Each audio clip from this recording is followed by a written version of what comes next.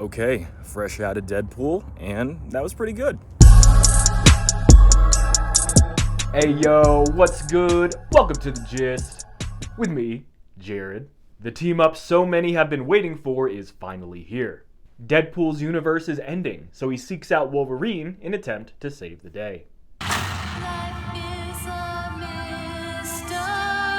I don't know anything about saving worlds, but you do.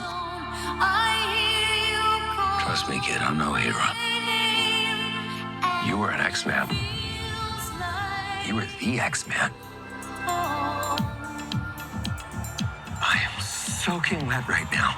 Deadpool and Wolverine is a fun and entertaining movie.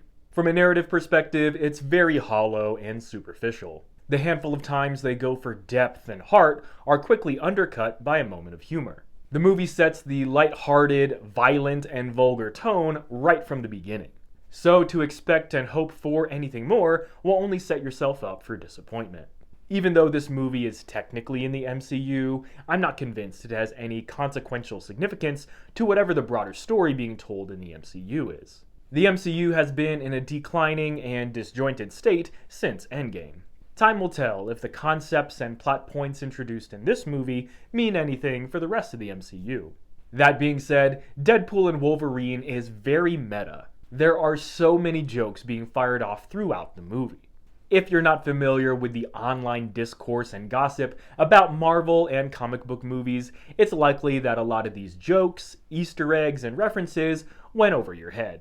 You won't be fully lost if you haven't kept up with what's been happening in recent MCU content. But again, many of the comedic moments relies upon the audience being quite familiar with the MCU as a whole.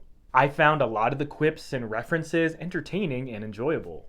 The story was pretty slow-paced, and it took a while to get to the point, so having many moments of humor and action helped. Although, for my preferences, I would have preferred if the story sped up some. Other things to mention about this movie, there are a lot of needle drops.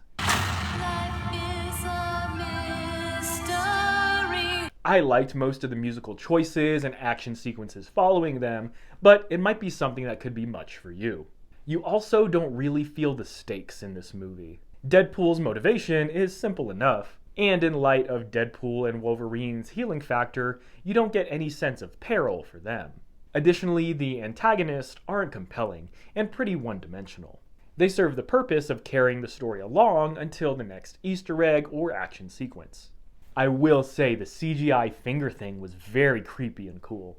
Now for spoilers, I'd like to mention my favorite cameos. I really enjoyed seeing Channing Tatum as Gambit. He killed it in the brief sequences he got in this movie. The Cajun accent and dialogue surrounding it was so funny.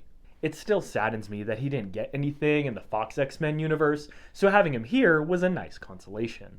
And then seeing the whole team was very cool. I also love the brief moment of Henry Cavill as Wolverine, and the comic-accurate Short King Wolverine was a great bit too. Chris Evans as Johnny Storm was another subversive and entertaining moment.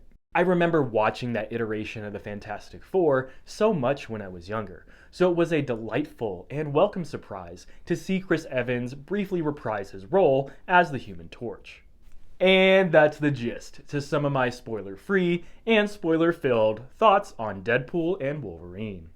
The Deadpool franchise has likely come to an end in an entertaining and overall satisfying conclusion. I still think the first Deadpool is the best of the bunch. But there is a lot to enjoy in this third installment. Whether you've been deeply invested in the MCU and MCU news, or if you're a more mildly engaged fan, Deadpool and Wolverine is a fun movie. What did you think of Deadpool and Wolverine? Was there a cameo you were hoping for? Hit me up! Let me know your thoughts in the comments down below. I'll catch you next time on The Gist.